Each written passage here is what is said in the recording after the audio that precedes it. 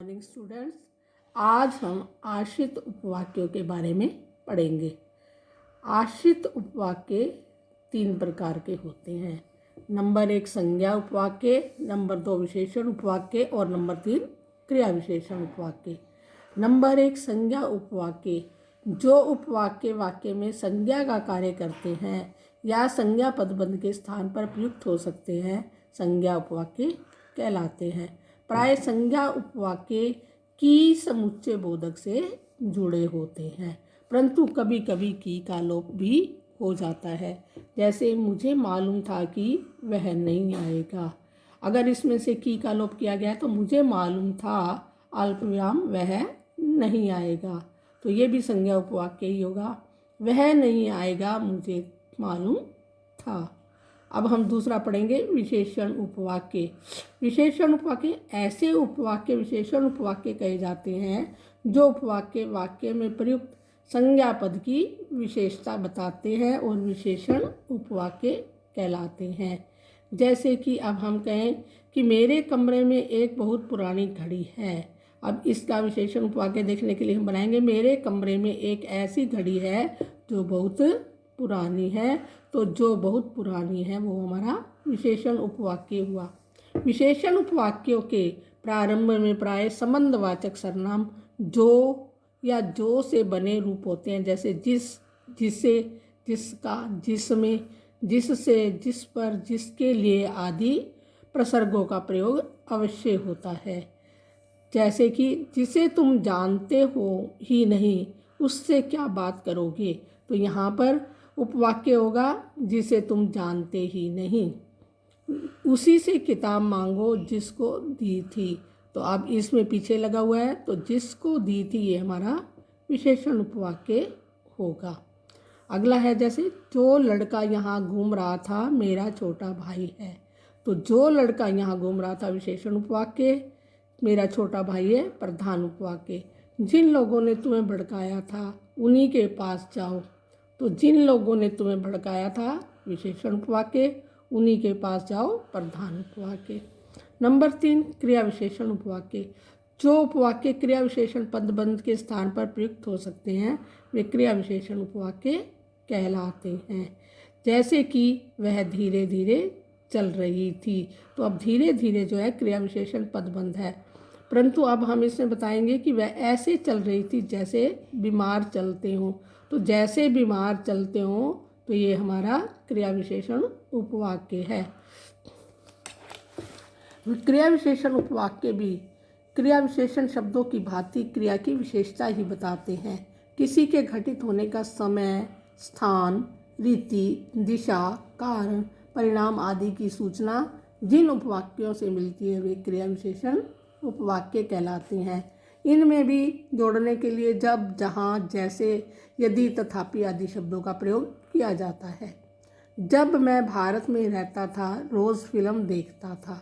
अब जब जो है समय का बोध करवा रहा है, तो इसीलिए जब मैं भारत में रहता था ये आश्रित उपवाक्य है और रोज़ फिल्में देखता था प्रधान उपवाक्य है। अगला है जहाँ मैं रहता हूँ वहाँ अब कोई नहीं रहता, तो जहाँ जो है स्थान का बोध करवा रहा है तो ये स्थानवाचक हमारा क्रिया विशेषण है। जैसा वह पढ़ाती है वैसा कोई नहीं पढ़ाता, रीतिवाचक क्रिया विशेषण, जहाँ रीति का बोध हो तो यहाँ पर हमारा रीतिवाचक क्रिया विशेषण है। आगे हम पढ़ेंगे नंबर 1 समयवाचक क्रिया विशेषण उपवाक्य। समयवाचक, जब समय का बोध हो रहा है, जब मैं दिल्ली में रहता था बहुत काम करता था। जब मैं दिल्ली में रहता था समयवाचक। जब आपका फ़ोन आया मैं नहा रहा था, तो समयवाचक।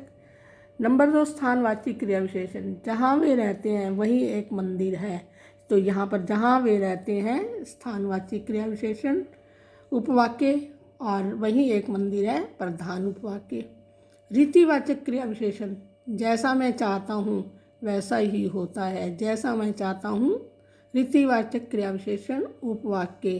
परिणामवाचक क्रिया विशेषण उपवाक्य, ज्यों ज्यों वह बड़ा हो रहा है त्यों त्यों मूर्ख होता जा रहा है, तो परिणामवाचक, परिणाम का बोध करवाने के लिए त्यों त्यों वह मूर्ख होता जा रहा है, तो ये हमारा जो है परिणामवाचक क्रिया विशेषण उपवाक्य है। आगे है कारणवाचक क्रिया विशेषण उपवाक्य। मैं नहीं पहुंच सकूंगा क्योंकि मेरा बेटा बीमार है। तो अब यहाँ पर क्योंकि जो है कारण बताने के लिए आया, तो इसलिए हमारा ये कारणवाचक उपवाक्य है। नंबर 6 पर पढ़ेंगे हम शर्तवाचक क्रिया विशेषण। इसमें यदि और तो का प्रयोग है। यदि तुम चाहो तो वापस लौट जाओ। तो यहाँ पर जो है हमारा तो वापस लौट जाओ, ये हमारा उपवाक्य है। विरोधवाचक क्रिया विशेषण उपवाक्य जो विरोधी परिस्थिति को दिखाए, जैसे कि हालांकि मेरे पास रहने की जगह थी फिर भी मैंने किराए का मकान ही लिया। तो फिर भी मैंने किराए का मकान लिया, तो ये हमारा विरोधवाचक क्रिया विशेषण उपवाक्य है। प्रयोजनवाची क्रिया विशेषण उपवाक्य। दरवाज़ा बंद कर दो ताकि बिल्ली ना आ सके। ताकि बिल्ली ना आ सके, ये प्रयोजनवाची क्रिया विशेषण उपवाक्य है। अब बेटा इसके बाद हम पढ़ेंगे वाक्य रचनांतरण या रूपांतरण। वाक्य रचनांतरण के अंतर्गत किसी एक वाक्य को दूसरे प्रकार के वाक्य में परिवर्तित किया जाता है। जैसे सरल वाक्य को संयुक्त वाक्य में, संयुक्त वाक्य को मिश्र वाक्य में। पहला है आज सुबह उठकर उसने दूध पिया, तो ये सरल वाक्य है। और अब इसका हम संयुक्त वाक्य बनाएंगे, आज वह सुबह उठा और उसने दूध पिया। हाँ जी, सरल वाक्य को मिश्र वाक्य में भी बदल सकते हैं। जैसे कि झूठ बोलने वालों को कोई प्यार नहीं करता, ये सरल वाक्य है। जो झूठ बोलते हैं उन्हें कोई प्यार नहीं करता। तो इस प्रकार से ये मिश्र वाक्य बन गया। तो इस प्रकार से सरल वाक्य से मिश्र वाक्य तथा संयुक्त वाक्य भी बन सकते हैं, और मिश्र वाक्य से सरल और संयुक्त भी बन सकते हैं।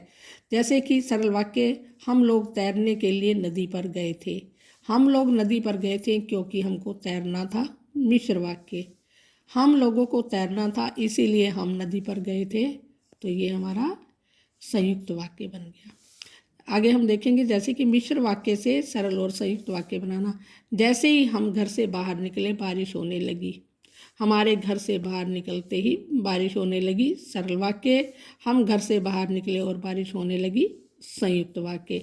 इसी प्रकार से हम संयुक्त वाक्य से सरल और मिश्र वाक्य बनाएंगे। लाला जी ने थैला उठाया और दुकान की ओर चले गए। लाला जी थैला उठाकर दुकान की ओर चले गए, सरल वाक्य। जब लाला जी ने थैला उठाया तब वे दुकान की ओर चले गए, मिश्र वाक्य। बच्चों, आपको ये आश्रित उपवाक्य और वाक्य रूपांतरण समझ आ गया होगा।